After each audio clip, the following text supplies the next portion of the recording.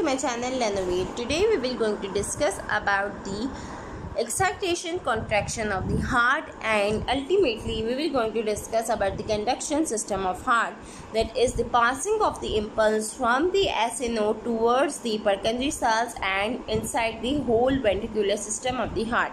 And how this going to occur, we will going to discuss in this video by a simple flowchart diagram, and I hope you will be better explained by the flowchart. Now in this video also we are going to discuss about the rhythmic excitation and contraction of heart and the firing of the SA node and the AB node and the time of delay between the AB bundle and the AB node. So starting the video from the diagram. Here you can see in this diagram there are shown certain conducting pathways of the cardiac action potential. The nodes that are the specific receptors for the action potential are located at the AV level of the atria. At the upper part where the superior vena cava is entering is the SA node.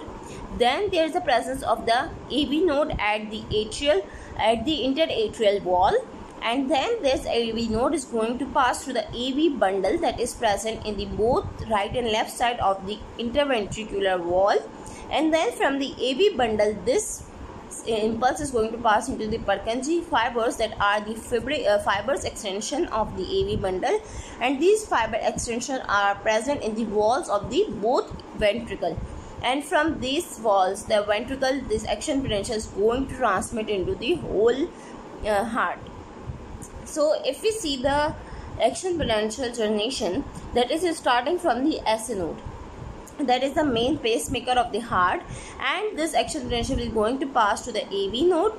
From the AV node this action potential is going to pass to the AV bundle and then to the right and left bundle and then into the Purkinje cells to the whole ventricular system of heart.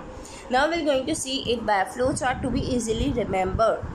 Now here you can see in the flow chart the action potential that is generated in the cardiac muscle is going to transmit into the SA node, that is the sinoatrial node, and this sinoatrial node is a very fast pacemaker, and this pacemaker having a velocity and firing rate is about 70 to 80 times per minute. That's why it has a very important function of firing the action potential first in the heart. Now the action potential passes from the SA node to the interventricular bundle. The internodal pathways that are the anterior, middle and the posterior internodal pathways will going to pass the impulse from the SA node to the AV node. The AV node that is present at the level of the interatrial wall that we have discussed in the diagram is going to transmit the impulses from the internodal pathway to the AV node. There is an atrioventricular node, and this AV node going to pass the impulse into the AV bundle. But here one thing happened, that is an important event, is the delay of this action potential and the passage of the action potential from the AV node to the AV bundle, and this delay is about 0.13 second. Because this delay is very important for the contraction, for the rhythmic contraction of the ventricular muscle and simultaneous contraction of the muscles, and to prevent any discomfort or disturbance of the action potential, there is a delay and a resting period for a heart to contract simultaneously. Now from the AV node the action potential will going to pass into the AV bundle, and this AV bundle we all know is present in the interventricular wall, and this AV bundle we are going to pass the impulse, and the impulse rate of AV node is about 40 to 60 times per minute. The rate is about 40 to 60 times per minute, that is less than the SA node, that is about 70 to 80. That's why the SA node is the original pacemaker of heart. Then from the AV node to the AV bundle, the AV bundle are of two types, the right AV bundle and the left AV bundle. The right and the left AV bundle are going to pass the impulse correspondingly into the right and left ventricular walls.